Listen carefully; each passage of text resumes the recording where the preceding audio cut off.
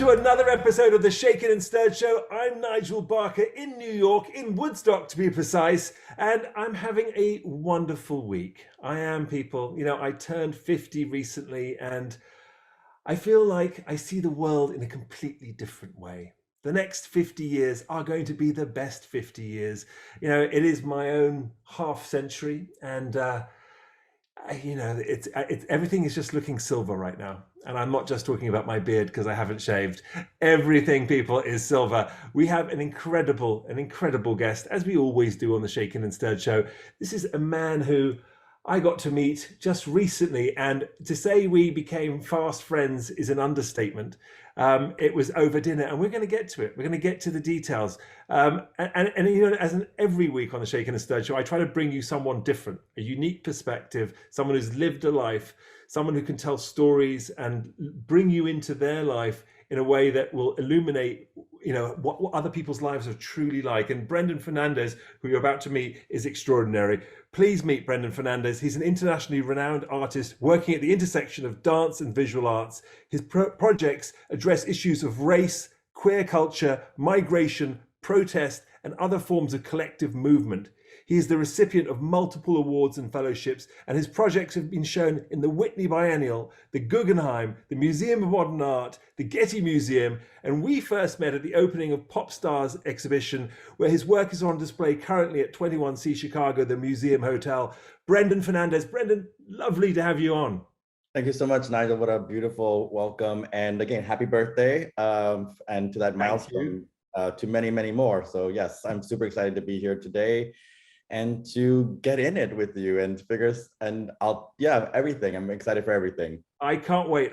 You've got a map of Africa behind you, which I know we're going to get to that. But before we go there, and as we always do on the Shaken and Stirred Show, we start off with a cocktail. And I saw that you had a shaker in front of you. Now, most people come with their cocktail pre-made. You're not the first person to make a cocktail on the show. And I love the fact that you are going to make one for us. So what are you making?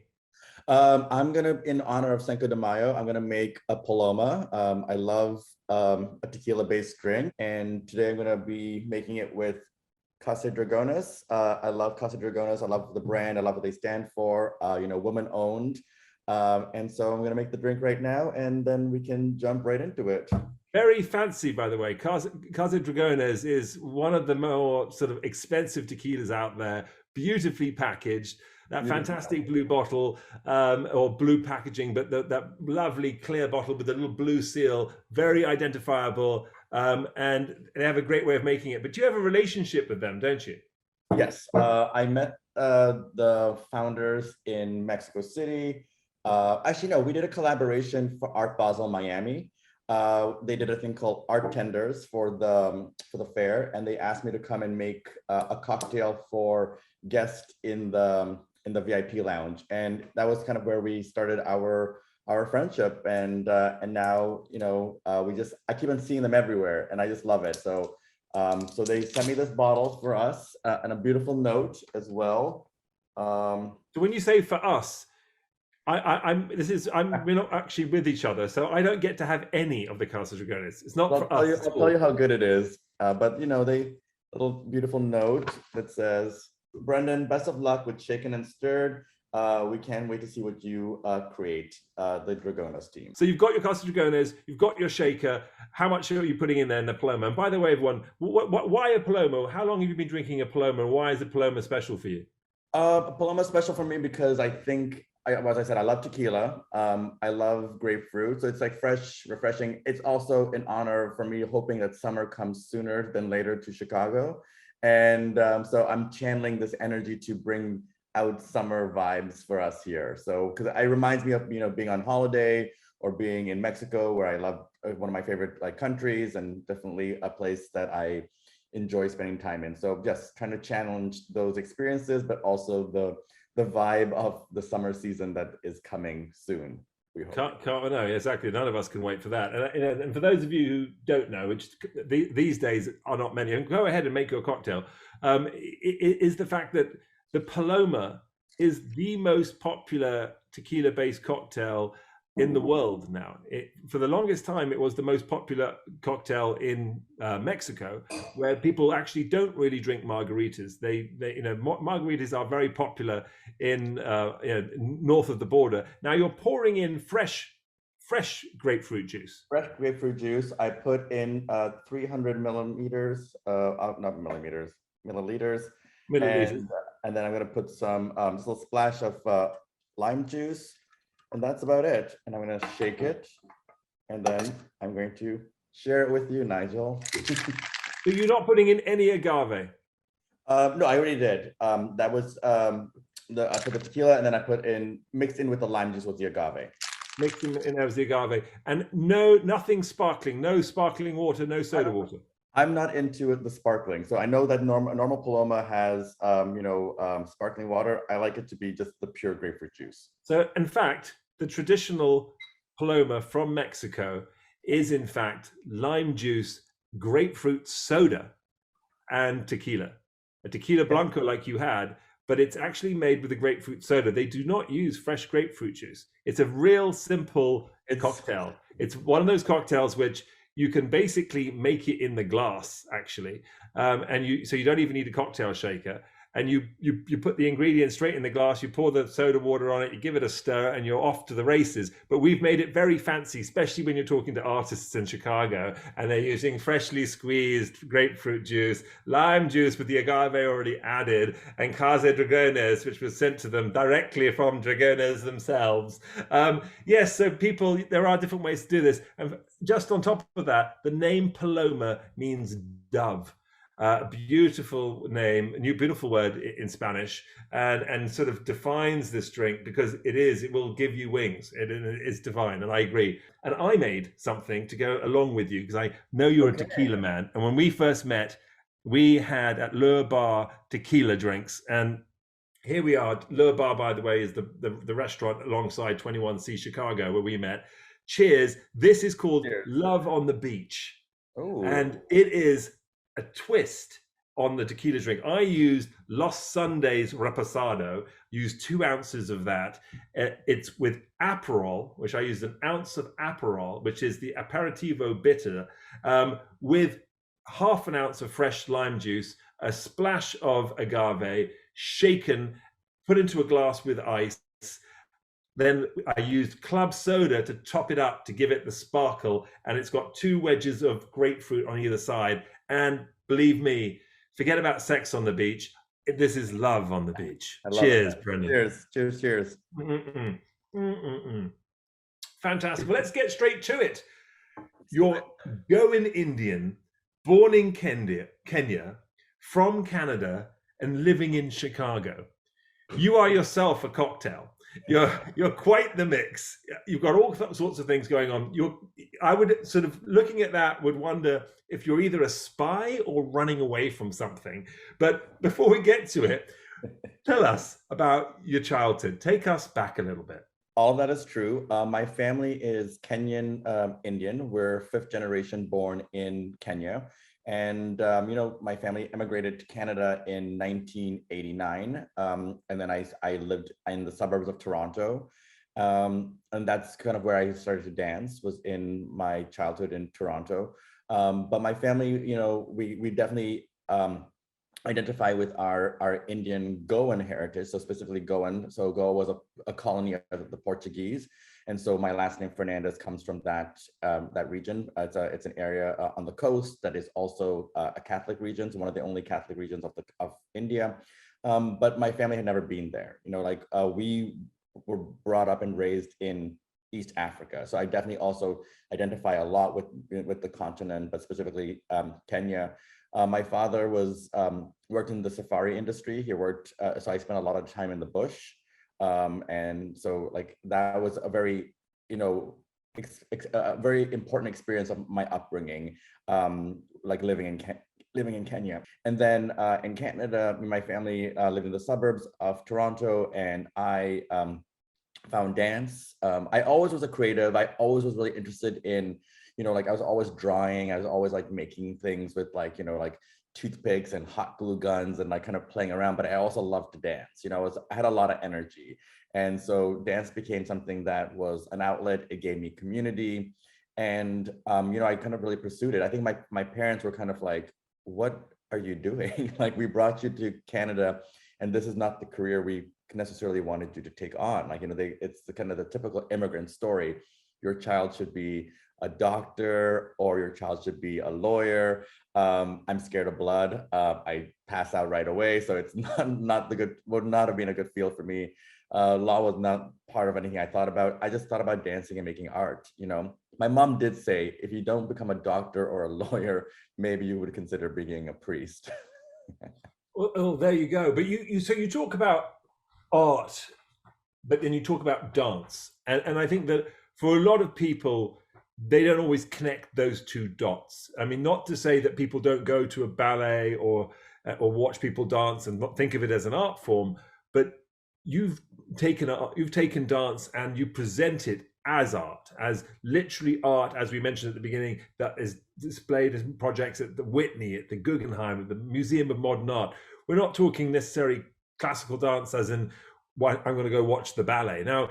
And I want to get to that, but going back still, because I think what's so interesting about your career, and I have got a lot of friends who are artists, a lot of friends in the artist community, but I know very few that have chosen dance as their medium, in order to communicate. And I think it's absolutely fascinating, and I want to dive into it. But you, first of all, as a person, being of Indian descent, and you just sort of alluded to it, that your parents expected you to perhaps become a doctor or an accountant or a lawyer or a very traditional, and I'll say this, and folks, because I'm part Sri Lankan and have a similar heritage, I can get away with this, be a good Indian boy and grow up and do your and get a good job and make money for the family, right? Which is how I was also, by the way, as a photographer. That was not a career. My parents wanted me to be a lawyer and then to become a doctor, and I was headed to medical school. So I had and then I went off to become a model and a photographer. So it's similar but different, and I understand that cultural difference. But dance as well and ballet, was there pushback from your parents or the Indian community in Canada as you got involved with dance? I think in the beginning, when it was more like recreation and it was like something for me to keep me occupied and to be physical, it was like, sure. It was definitely like certain moments of like, well, you're a boy and boys don't dance. And I have to be honest, like, for me also, I did it, I loved it, but I didn't tell people because I didn't want to be like ashamed or like made fun of by other people at school. So it was something that I did, but I kind of kept it to myself. But it was then, and I would go to the dance studio and work with other dancers, and we had that community. So it was almost like a safe space. But then eventually when it started becoming more serious, like when I was like, applying for college and I was like making dance and visual arts my major, my family were kind of like, okay, well, what are you going to do now? Like, you can't do this as a career. And I was like, I will do it as a career. And they were like, and I think I had dreams and aspirations to be in a ballet company, or to dance with a modern dance company. And then there was pushback because there's then, the art world or the art, the art world was saying like, you can't do both dance and visual arts. And the same was the dance world. They're like, you have to pick one or the other. They're both very rigorous, careers that you need the time, especially with dance. Like physically, when I was training, we were like in class, like, 18 to 25 hours a week. So I think for my parents, it became more of a thing of like, what are you going to do if you do a degree and major in this? You have to do something different. But I just kept on pushing. I don't know. I keep on saying I had chutzpah, that, this kind of chutzpah. I just kept on like, I had this drive. And when I was doing, applying for schools for dance and visual arts, like they'd never seen a double major in both of these fields. They were like, we don't even have it. You're kind of making it up as you go along. And I somehow found a way to have, do all the dance classes, the technique classes, and then also follow through with all my studio making classes. So they were very separate in the beginning. And I think that as I continued and I started to progress, in what I was doing, I kind of didn't know what I was actually really doing. Like, and I also told my parents, like, I'll become a teacher. Like, I'll become a high school teacher. So again, something stable for them. And I got injured in my senior year, and I just sort of like was then like just kind of felt betrayed. What And happened? What kind of um, injury? I injured my hamstring. I kind of like tore my hamstring. Not kind of. I did. And so it was just, like a thing where I felt sort of betrayed by, all the dedication, the work that I put into it. I felt kind of like, now I'm learning how to like do this all over What again. happened there? Were you jumping? Was it a certain dance, or you just hadn't warmed up, or what had happened? I think I just in like by nature my hamstrings are very short and tight, and I was dancing and training at the time in Graham technique. So Martha Graham, the matriarch of modern dance, the alternative to ballet. Everyone was like ballet is so rigid and strict, and it is. But there was in the 60s, Graham created her own technique, which was sort of like in opposition of ballet. Like you take off your shoes and you dance in a parallel position. And if you have long hair, you would let your hair down. But within that idea of having an alternative, there still wasn't a freedom in it. Graham technique is very rigorous. And a lot of the positions are like on the floor, like in these kind of like in a split position. And I think just that overuse of my hamstrings that were already like tight, they just kind of, one gave up. And The and sort of so irony there, that you gave up ballet to be almost rebellious in another form, and yet the rigors of that actually caused you to sort of have an accident, which is in itself unfortunate.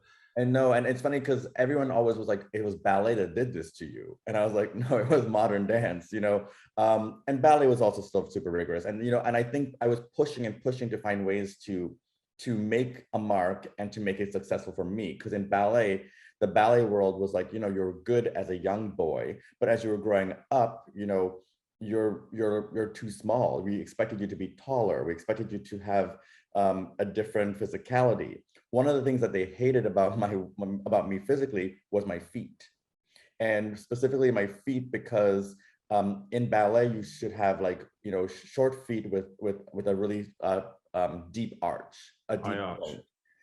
And I have very long feet, so when I point my toes, it doesn't give a beautiful arch. And so there was always like, my feet were never like, were considered quote unquote beautiful. And so Wow. and having an arch isn't about strength or fortitude. It's just about an aesthetic. Someone has created a beautiful foot, is what is seen as being beautiful in this art form. And ballet began as a way to bow to Louis XIV. So in the court of Louis XIV, he choreographed his court. So when they saw him, they give their body, like you kind of like present yourself. So the foot almost was a way of presenting the foot to the king, which then got more aestheticized to becoming like, this arched foot. And There weren't so also any Indian boys in Louis's no, court either. no, definitely not. But like that was also something I was struggling with, was the idea of race in ballet. It's a Mhm. very white field, and I was told like, if you do make it in this field, you'll never dance principal roles because, for example, Romeo's not a brown boy. And these are things, so I was pushing through Did these. someone actually told you that? So actually, you were actually told that. Yes. Wow. So you're pushing through, and that's what I do in my work, is to kind of challenge these narratives, to break down these binaries, to make a space for inclusivity, but also to challenge the way that we're thinking about these histories and how we then perform them now. So going then, I was pushing through ballet, and then ballet was kind of like, okay, you need to probably, like, it just wasn't working. So then I went to modern dance because that felt like the alternative, and then I got injured. So once the injury happened, I kind of felt full on like, like that I had been betrayed by dance. And then what I did was I applied for a master's degree. I first took a year off, worked a job in the city, Toronto, and hated it. In my head, I was like, I never want to work a 9 to 5. I know that sounds very privileged, but I was like, I just was like not in it. I was an administrator my alma mater's at the university. I was working as an administrator, like just doing like office work, and I hated it. And I remember saying to myself, I am going to apply for school, do a master's in visual arts, and then I was like, I'm going to figure the next thing out. And my parents were kind of like, again, always supportive, but also I think as immigrants, being sort of like worried about what would be the next thing for me, because they What wanted would become of stability. you? stability is such an important thing for them. And especially because they sacrificed and moved, in their like early, like late 30s, early 40s to come to Canada to give us, this opportunity. So I applied to a bunch of schools, I got in, and but I was only studying visual arts here. So, and I kind of stopped talking about dance. For the 2 years of my master's, I really focused on the colonial history of my family and the ways the trajectories of movement have like affected us through India, through Goa, through Portugal, through, Kenya to Canada. So looking at that narrative of my ancestors and who we are and what we were kind of like trying to, how do we try to identify what is an authentic self? After my master's program, I heard about this school or program in New York called the Whitney Independent Study Program. Right. And I was like, I want to go there. And I remember in the 9th grade in high school, going to New York on a school field trip. We had our art program in my high school was really rigorous. And, we all fundraised and we went for like, I think probably a week over like spring break to New York. And I remember like standing in the Guggenheim being like, this place is amazing. And I was like, I want to live here and I want to have a show here at some point in my life. And again, dreams, wishful thinking, I have no idea. But after my master's, I applied for the Whitney program and I was accepted, full like story. Like when you are shortlisted for the Whitney program, you have to fly in for an interview. And I had no money. And so I remember calling my mom and I said, hey, I got shortlisted for this, for the Whitney Independent Study Program.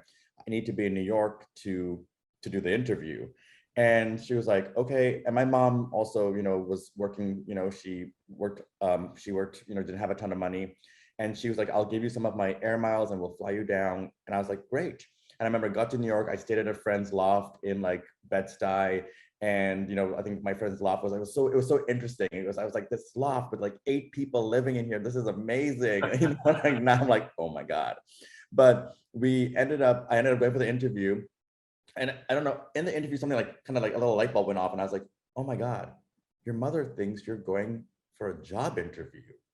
Like because I didn't really fully explain to her anything. I didn't tell her like, I'm going to this like, school program for another like, thing. And so going to the interview, I totally feel like I bombed it. It was so intimidating. And I just was like, I also remember like leaving my friend's house in Bed-Stuy, going to Soho, getting changed because it was really hot and I didn't want to be like all sweaty. So I'm going and getting changed in a Starbucks bathroom. Wow. I think there's one on Prince Street or something. I think it's still there. It's near the Balthazar. And then I walked to the Whitney, which was on Lafayette and Walker, and did the interview. Felt like I totally bombed it and was like, well, you know what? You you go back home. You'll figure out the next thing. And when I checked my email on the way to the airport, like they wrote me and they said, you're in. So that quickly. Like I was. What was it? Do you think about your interview? I mean, obviously you thought you bombed it, but what were you presenting at that point? What was it that you were trying to do with them? You mean like in terms of like what I was presenting my work, my the style of art? Was it dance as art then? No, right? It was just more traditional style of art. Like sculpture. And I was doing a lot of work about the history of African masks sold as souvenirs versus masks being, on display as artifact and cultural object. Your work is interesting because you have things like this, your masks that you get into, and I saw at 21C Chicago in the Pop Stars exhibition, you have an NFT that uses masks in the actual NFT, and I'd love to talk to you about NFTs as well soon. But you also have you have sculptures, you've created furniture, but dance is a major part of it, and I've looked at your art extensively, and it's both live performance for people to witness, but it's also video and shot, so recorded and edited and produced, but using dance. At what point did you is there somebody else who you were studying that had done something similar? At what point did you think, I'm going to use people to create a dance to say something politically or to say something that is important to me, that is basically an art form to say, I mean, most people don't think of dance as political, or don't think of using dance to make a statement in that sort of way. No, for sure. And I think that's where my work somewhat is unique, but I also, the history of dance collaborating with visual arts has, there's been like a legacy, you know, people like even like John Cage or Merce Cunningham, and Robert Rauschenberg, like they all make collaborations. And so I think that's where it stems. And then like to maybe go a little bit further, like growing up in Toronto when I was dancing, you know, I was also very invested in punk rock culture. And you know, I think someone quoted once saying that I'm a queer punk rock ballerina. And I love that kind of moniker because that is basically who I am. But like my politics and my social consciousness comes from like punk rock music. So I think like when I moved to New York to do the program, I was still very much like, you know, 'cause I think there was a trauma. I think there was an idea that I couldn't talk about dance anymore. Like maybe partially because I failed because I didn't get into a company, but there was this kind of failure that my body failed. And I was, you know, still kind of dealing with this, this kind of like, you know, trauma. And so I think when I moved to New York, you know, I started to see dance again, like in the city. And the history of Judson Church, you know, is this kind of experimental history of dance in, you know, in New York that was playing with like, you know, sculpture and dance. And so that there was that kind of collaboration, not to the extent that I have pushed it, because like, you know, it was always in a theater. It was always, you know, I'm trying to break those sort of social etiquettes of what dance is. And so that was one thing that was really important for me thinking about dance. I was also, when I was in the Whitney, Yvonne Rainer was one of our mentors, and you know, Yvonne's work has always been so interesting to me. And just like learning from her, I started to see more dance and thinking about dance in a political way. And then of course, you know, for me, the club, the nightclub, you know, going to the club and dancing in the gay bar or the queer space, you know, like to kind of find community. And I was like, this is What does that dance floor mean to you when you go to the club and you see that? And you know, do you see statements being made on the dance floor? I think so. For me, it was a place of gathering, people like me to come together. There's a sense of also like expression. There's a freedom within it. You know, on that dance floor, like I'll dance how I want to dance, and within that space, like there's a freedom of just like letting your body go. You know, like, and I think that was something different from like, you know, just the technical dance of ballet or modern dance. Like there's only one way to do it. Here you can just express yourself and be you.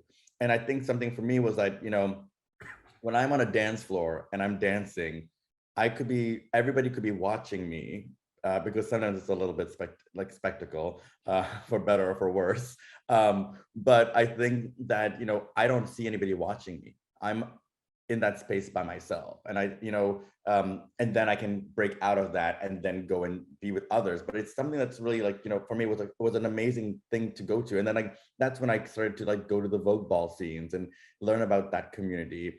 And I was never a Voguer, but I knew people in that community, and I was just like so taken by this idea of dance bringing people together and to find some kind of solidarity within this group. I mean, dance is something which, no matter what culture, it's everywhere. It's an, you know, from, you know, indigenous people to, you know, tribes in Africa to Elizabethan England to, you know, medieval cultures to, you know, you name it, all the way through to, as you're saying, you know, talking about voguing and things like that. It's down to the sort of small little thing, moments in time. You know, it's both these big culture, big historical moments, down to punk rock dance, mod dance, skinheads dance, you know, rockers dance. This every little moment in fashion history, in popular culture, there's dance associated with them and how they do it, right? And there's sort of stories being told within the dance, right, because of what it means. And totally. And I think when you were saying that, it made me it reminded me of like when my family gathers, like, you know, for Christmas or for any sort of holiday, Thanksgiving, it always ended up with us all dancing. You know, like that was something that, so there was also the social part of like, you know, community within our family. Like, you know, we might not be the best communicators, but we would communicate and show our intimacy, our connection to each other through moving with each other. You know, like it's a really beautiful thing. And I think that's partially with my practice, as I bring bodies together. I bring them in terms of trained dancers that are like physically holding and touching, or I do things where I ask the public to come and I create, as political space gatherings of dance, which could be seen as another form of protest. Because we see protests as being like one thing where we go to the streets with placards and we express our being seen in critical mass, but we're also expressing like through like being vocalizing. But if I'm just bringing people together to dance, that is another form of solidarity. We're bringing a community together to make a statement. And so I've done pieces in the past where I've just said I'm throwing a party in the streets and people will come. And now there's always a bit of a twist. I'm thinking specifically a piece of mine called On Flashing Lights, where I hired 24 police cars or cars from a movie set, and we like created like this kind of like barricade of cars, and then Wow. they all had sirens, just the lights of the flashes, and that the police sirens became the animation for the party, for the disco. And so we were dancing in critical mass on the streets with DJs who identified as POCs and queers, and we just kind of created a party. But then there's this kind of tension because you're like, well, I'm dancing and celebrating, but then we're dancing to the lights of police sirens. And so those are the sort of things that I'll do to kind of intervene and to make dance political, or to make a statement there. Talk to me about Free Fall, which you did in response to the tragic 2016 shooting at Pulse, the nightclub in Orlando, Florida. Yeah. Freefall 49 was the piece where, so I've been talking a little bit about, the nightclub as a space of freedom, of sanctuary for gathering community. Pulse Orlando was a huge hit to so many. 49 people died, 49 queer POCs died, many others got injured. But for me, it was a shock because I was like, our space isn't safe. Our space is we still have work to do to kind of create this kind of safe zone, or this idea that, we've gained our civil rights. Somebody went into that space, infiltrated the space, and attacked a community, my community. And so I was really taken by this. Strangely and weirdly enough, a couple months before Pulse, I was at the Ballet and ABT in New York, and a dear friend of mine, Lauren Post, fell in a performance and got seriously injured. And so I was sort of just, and someone in the back, the whole audience gasped, but then someone said, "Man down," or something. And I was like, wait, what? And I was more concerned about my friend on the ground. And I just, that was sort of resonating. So I don't know why, but I was in Vancouver, and I was working on a piece with a dancer named Rachel Myers, formerly from Ballet, BC. And I was just choreographing her how to fall. And I don't know why, but I was just like kind of choreographing. I was like, how do you fall? Because if you fall in a dance performance, like on stage, it's always like spectacle. It's like, but I was like, I just want you to fall, but I don't want you to get hurt. So we're just trying to find ways. And then I started playing this game of call and response, where I'd be like, dance, fall, dance, fall, dance, fall. So it just kind of became this thing. And I started to like learn, like, we kind of created this like choreography of like, you crumble your body, and then you can fall without hurting your body, but you can make a sound so it feels dramatic. And I didn't know what this was going to be. I just was thinking, sometimes I just do things and I'm like, something will come about. Then when when Pulse Orlando happened, I was like, 49 people fell. And I always think a lot about the dance floor game, as a space of freedom and sanctuary, but also as a space of resistance, political resistance. But also, when I'm working with my dancers, we always ask, what is the floor made out of? This architectural device that supports the body in its verticality also does something different to the body when it's horizontal, when it's fallen. And when I work with my dancers, we always talk about like, what is it made out of? Because after we labor on the dance floor, the residue of that floor carries into your bodies. It's in your joints, it's in your muscles. You kind of have that pain. And so I was thinking about 49 people that danced in that club, went there for a sense of freedom to find sanctuary, but then didn't check out of the club. So Free Fall became a dance party. It debuted at the Getty in Los Angeles. And I had a number of dancers all standing on pedestals.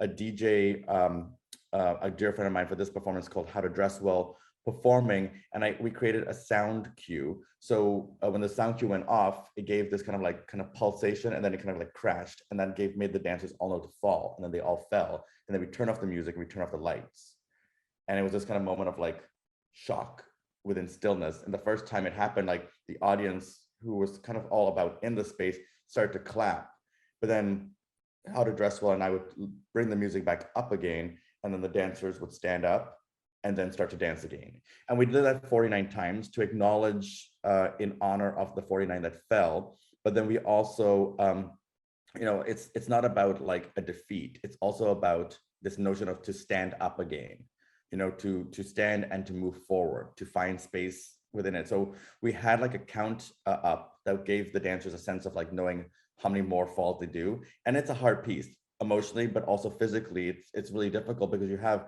49 falls. So your body has to endure that and deliver that. But then there's also this idea that, we stand up 49 times as well. And eventually the audience in this particular, and it's happened a couple of times, they started to fall with us. So everybody was falling. And at around 48, 49, we were all just like sort of like laying on the floor together in this like weird moment of like solidarity.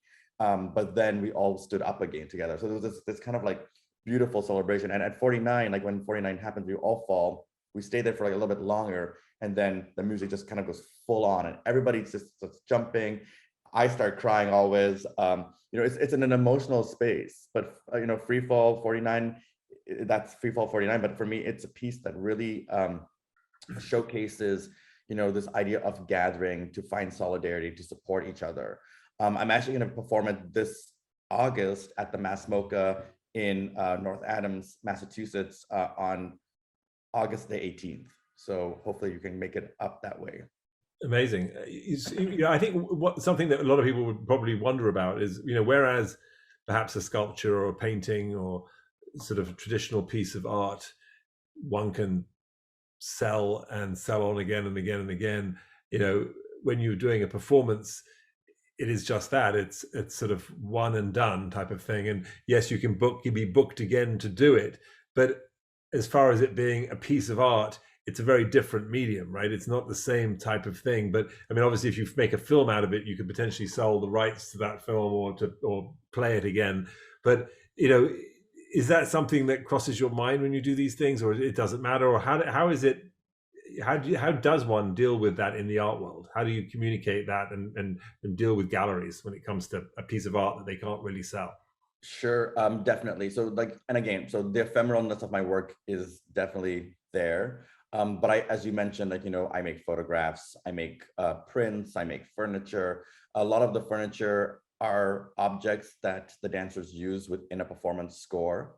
And so scores are also important. So like within that kind of history or legacy of Judson Church, the idea that we don't have a language for dance, but I write these kind of poetic, abstract, but sometimes not abstract, or very graphic kind of like ideas of what the dance can be. And so that can be also something that can be acquired.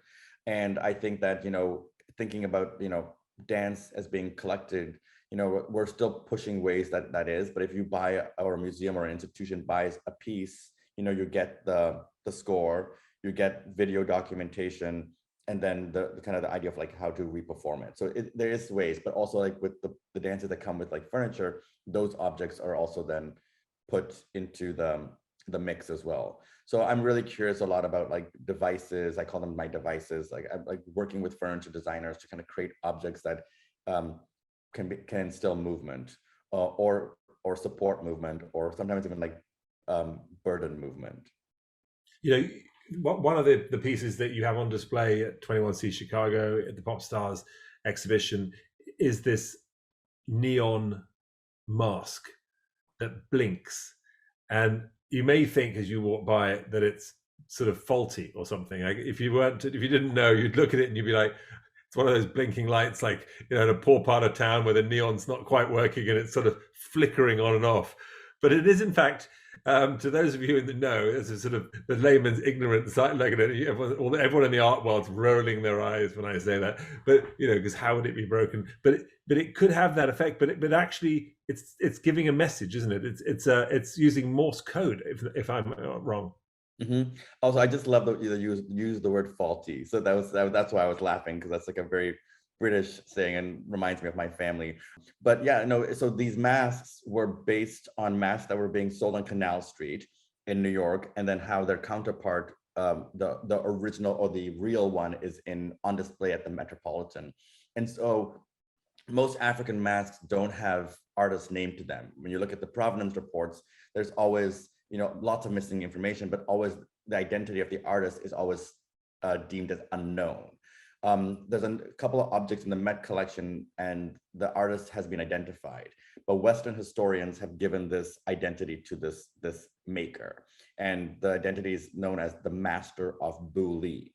And so these objects I'm playing with this idea again of like, questioning my sense of self of like, who am I? But who is the Master of Buli? So in this faulty kind of flashing, they're saying things in Morse code, like, where is the Master of Buli? Who is the Master of Buli? I am the Master of Buli. So they're asking these kind of like questions or bringing or taking on statements. And that kind of like strange pulsation that, can mean many things, like when in masquerade, and again, all masks in West African tradition specifically, when you put on the mask, you dance them. So they all came with dances. But when we took them out of their place of context and put them in the museum, we removed the body.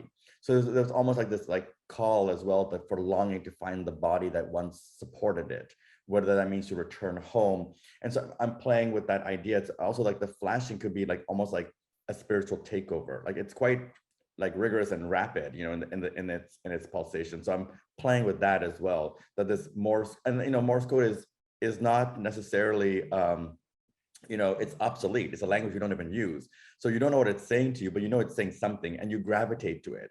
And when I had the original show in 2010, I'm not sure that's accurate. It was in a space in New York on Walker called Art in General. And we had the masks in the windows and they were just like pulsing. And it was interesting because like the pulses would carry throughout the city. You'd see it in another window, in a reflection, or one time it snowed and the whole snow just became this like glowing like flashes. But people would come in and be like, what is this place? So the flashes were calling people. And I really thought that was interesting that, it brought people into the space. No one's had an epileptic fit or anything. Watch at the flashing light. Not that you Thank know. God, no. Thank God, no. I think we've had to put signs up in certain museums just in terms of like legalities, just be like, this is, yeah.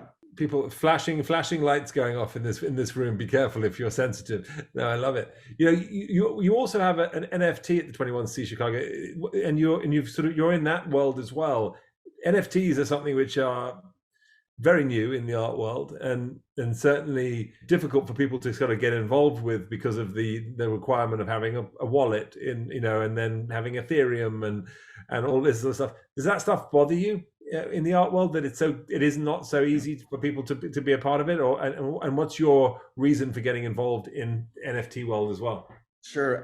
And so the project that is at 21C is a counterpart to the neon. So the neons were the original, and I made those in 2010, as I said, kind of. I'm not really sure exactly the accurate date, but I think that I was still thinking about this idea of like the mask as something that's commodified, the mask that becomes a souvenir. So that project is called Souvenir, and it's like a return to those objects and the kind of same questions I was asking about, their cultural value, their capital value.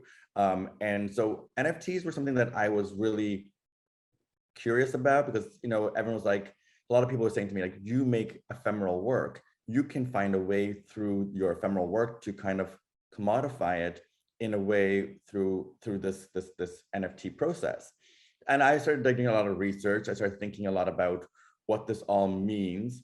I'm still learning. It's still an experimental phase, but I was like thinking about also the structure that, I can like take a moment of dance and create an NFT or work within strategy. Like, with Souvenir, it's an algorithm that's taken different attributes to kind of create a mask. And so certain attributes are more rare. So when you mint the NFT, you don't know what you're going to get. So it's almost like baseball cards or something. You might get a super rare one, or you might get one that is, like just like kind of mediocre in the sense of like the attributes. So they all are very aesthetic and beautiful, but you don't know what you're going to get. So so then within the secondary market, if you have a super rare one, you could sell it for more than another one. And so within this paying structure or within smart contracts, why I really wanted to kind of investigate NFTs is that, me as the artist will always get paid. But within my smart contract, I'm also always paying the dancer as well. So that whoever, as it moves and transforms or transforms to like different people's hands, we are also still being supported and are visible in that paying structure. Where in the art world, once I sell something, it doesn't, nothing, it's out, it belongs to somebody else. And so I really thought that was an interesting way to kind of like challenge and change the ways that, capital is sort of like directing, artists like well-beings. And for me, it's really important within my work is living. I'm always working with other people, and that's their livelihood. That's, like when dancers move, we look effortless, but it's hard work. And so I really want to acknowledge that work and then to find ways to kind of continue to pay. And with Souvenir, 10% of the revenues go to a dancer fund, where eventually I want to kind of create a dance foundation to change dancers' lives, to paying for their medical bills or helping them pay for residencies or helping them pay for rent.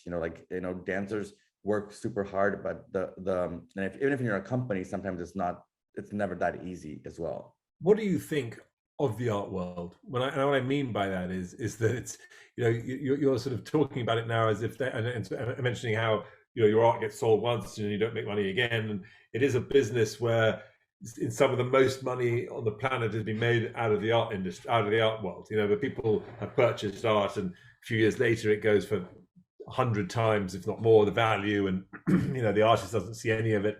It can be a very snooty world. It can be a world where, for the average person, they can be intimidated by the art world, or feel that they're not welcome, or perhaps they are ignorant of what it should mean, versus what they think it means when they look at a piece, and there is a certain type of person perhaps which is very much drawn to the art world itself. That's not to say that all average people or people like myself can't just enjoy art, but I'm interested to hear your take as someone who is such a rebel in the space. What you think of the art world, in general? Yeah, one thing is like I'm in it, and so I can't, like, I'm an artist. There's nothing I can't do anything else. I'm tied to it. But within it, I definitely have critique, and for me, it's to find change from within. So my work is doing that, I think, and I hope. But also, like, I think within the art world, there's different tiers of how we maneuver or manifest within it. Like there's the commercial art world, which is always kind of complicated because it's cultural and capitally driven. And so I think there's something about that where sometimes I might need a break from that kind of things. Like I'll go to an art fair like Art Basel and have a great time, but afterwards I'm like, okay, I got to come home and decompress. And also to remember that within it, like, my role is to make work, and I need to make smart conceptual work that is rigorous, that challenges people, which is not always the case. People sometimes just want the quick, easy something. But I think that that's the change from within the system that I'm bringing. Like, I really think that that's something that I really want to kind of think about. But again, like, I'm in it, like I'm participating. I'm always doing something in the art world, but I think within it, I'm being self-conscious and then kind of giving the message and supporting the message that, it's about art first. So you've done collaborations with various different groups and people and companies and businesses, and you have one at the moment with Tiffany's, for example, and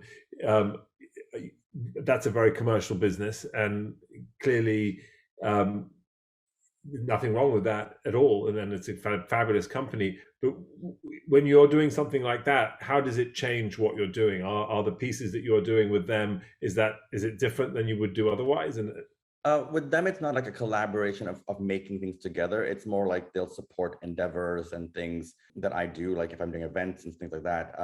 But like for me, it is also something that I'm very conscious about. It's like, I needed to make sure that everything was ethical and felt within my social, political consciousness and thoughts.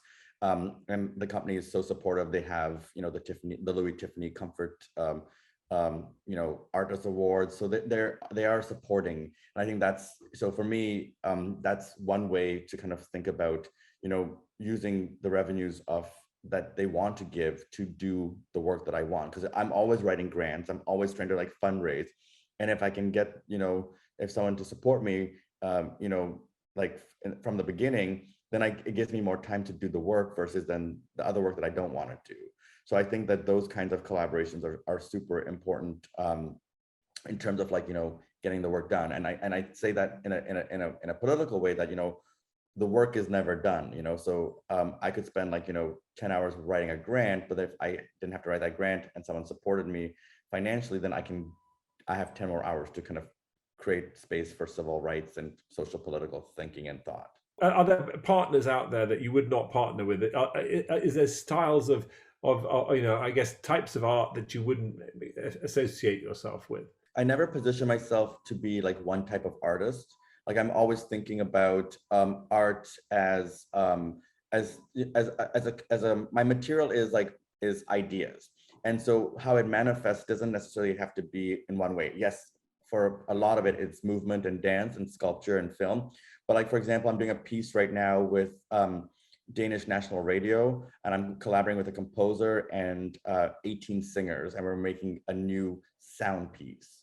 And like that's something that I've never done before, but I'm excited to put myself into that space, because I think within my practice there's always space to grow and develop. Like I'm never going to be static. I always want to kind of like keep moving, keep changing, being many different things. And I think that's within the identity of queer, like I don't identify as being one thing. I'm many things, because I'm always asked like, are you Kenyan, or are you Indian, or are you Canadian? Which one are you more? And I'm like, I'm all of them. And tomorrow I'll be something else, and I think that that's something that I kind of do as well with my practice and my materials. Like, so now I'm making the sound score, it's totally different. I know how to make a dance. That's comfortable for me. I know what to do.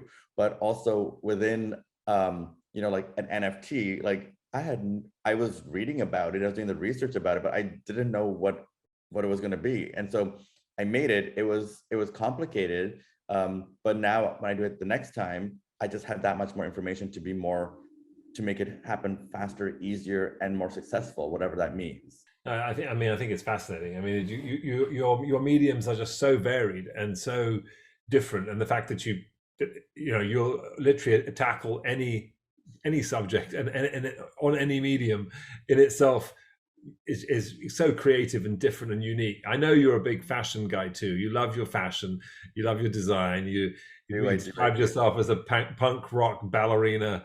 That in itself is could be a fashion runway moment. What is it about your love of fashion that's special for you? Is it just the ability to, I guess, express yourself through clothing and what have you? Yeah, and I think for me that also stems from like family. My grandmother, my mom's mother, would always make our clothes. And we didn't have a ton of money in Kenya, but she was like, if you dress well, you kind of take on this persona. And so dressing was always a way to kind of present ourselves, whether it was like going to church or going to like a family gathering or something. We always had to dress up. And I think I took that along, or even my sister still, or my mom, everyone, you have to dress up.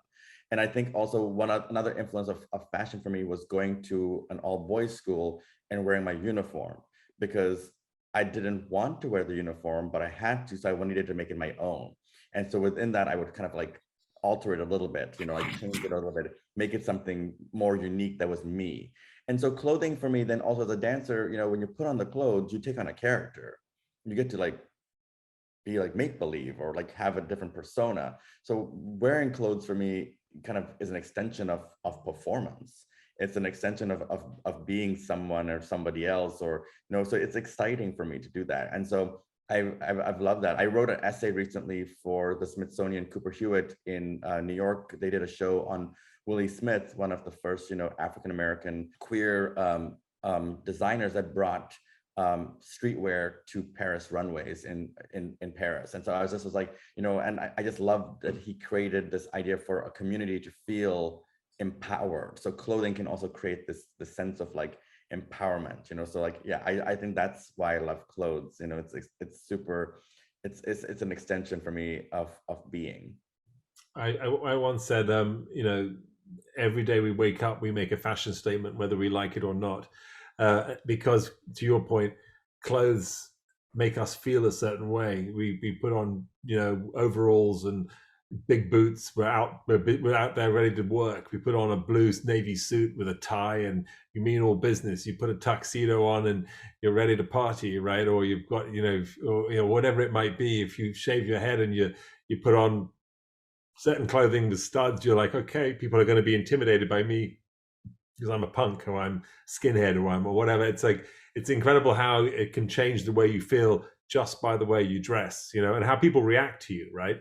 Totally. And I think, as a dancer, every time I put on a costume, I took on that role. I performed what that costume was asking me to do, and I think that is also part, like within performing on stage, costumes made me feel like a different person. I always, it's what Beyonce was when she's on stage, she's Sasha Fierce. She becomes a different person, and I think that's all just the kind of the play, or the excitement of being on stage or performing, that you can take on other personas.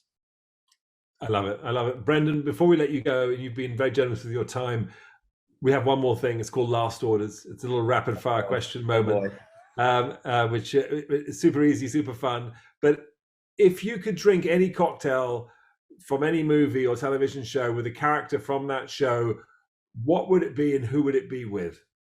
Okay, I would say, and this is going against my love for tequila, I would definitely say an extra dry vodka martini, and all the gin drinkers are going to kill me, with a extra dry with a twist, bone dry, and I would say with Regina George from Mean Girls, or Amy Poehler, the cool mom. I love that you know your cocktail, but you're not sure who you want to have it with. Which person? You've designed your cocktail already. A solitary creature. I'd like to have it with myself, and in my own movie of my own life. Amazing. On that note, who would you like to have play you in the movie of your life? Oh, wow. Okay. Rihanna. Of course. Of course, Rihanna. Totally. I mean, why didn't I think of that? She's gonna look good with a beard. Yes, you could tell her that. Fantasy dinner party. You can have 3 guests, dead or alive, and I can't be one of them. Okay, I would say Beyonce. Karl Marx came to my head, and I would say Baryshnikov. Karl Marx. Yeah. You gotta make it a social political statement. You just want to get into communism with Beyonce at the table. I love it. So unusual. When you have a drink, when you open a drink, pour yourself a cocktail, make yourself a cocktail, is there any particular music you like to put on? Being in Chicago, we need to have some nice house music, to kind of get the party started. Do you have any particular band that you like, or any particular group? Well, Frankie Knuckles is an important figure in the Chicago house scene, so definitely some Frankie Knuckles. Frankie Knuckles with a bone-dry martini. My God. It's all sounding a little strange. And then final question, Brendan. Have you met me before? I'm a strange creature. You are a strange creature. Shaken or stirred? Shaken. Brendan Fernandes, everybody. You can catch him www.brendanfernandes.ca. That's for Canada. You can also check out a couple of pieces we mentioned right now at 21C Chicago. It's open to the public. It's Pop Stars. He's got some fabulous pieces there. But have a look at his work. Go to his website and check it all out. It's amazing. And when do we know when your next exhibition is going to be, and when your next piece is available for the public? So I'm doing the show right now, currently up at the Mass Mocha in North Adams, Massachusetts. It's up for the next year. It's called Choreopolitics, but I'll be doing a performance of Free Fall 49 on August 18th. There you go. You heard it right here. Cheers, everybody. Thank you for listening to Shaken and Stirred. Follow us on Instagram at Shaken and Stirred. And we look forward to shaking and stirring it with you again very, very soon. All the best. Cheers, everyone. Thank you. Thank you very much for listening. That is Shaken and Stirred. We will be back next week with another podcast and another fantastic guest. And stay safe. This podcast was produced and edited by Embassy Row.